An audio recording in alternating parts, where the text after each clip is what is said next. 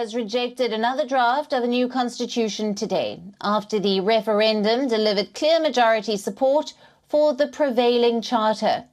This is the second draft statute that people have rejected since September of 2022. More than 55.75% voted against the draft, while 44.25% stamped their approval. Now, the latest version was overseen by a committee led by the far-right Republican opposition. The leftist president, Gabriel Boric, has said that this is his last attempt to reform the constitution. The government had adopted a neutral position on the opposition-led outline. Let's understand the difference between the two versions. Now, the Republican draft would have allowed the expulsion of undocumented immigrants in the shortest possible time, in line with the opposition's long-standing position against the influx of Venezuelan refugees fleeing economic crisis at home. It would have also paved the way for integration of the indigenous peoples who make up for 12% of Chile's population. But at the same time, this draft denied them the greater autonomy that they had sought. It would have aimed at enshrining the right to life from conception. Now, the first draft was led by a progressive committee that attempted to nip the social inequalities in the bud. The first draft would have allowed stronger protections for indigenous rights. It would have allowed the right to elective abortion for women.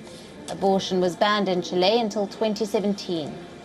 The draft also required women to hold at least half of the positions in public institutions, thus raising female representation and easing the process to deal with gender issues. One of the most contested pointers was that the attempted to enshrine the environmental protections while proposing to protect natural resources such as water. Now, today was the country's second attempt at overwriting the 1980 Constitution, which was adopted under the Augusto Pinochet military dictatorship. In 2020, 80% of Chileans voted to rewrite the prevailing constitution as an effort to dilute the mass protests that broke out in 2019 over widespread social inequality. In September of 2022, the first progressive draft was proposed and subsequently rejected.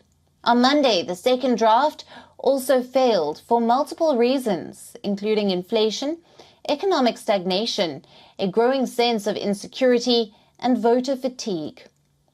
Now, Boric's popularity approval also plummeted to about 30%, following his setback after the right-wing opposition came in first in a nationwide vote to choose the members of the Constitution Rewrite Committee.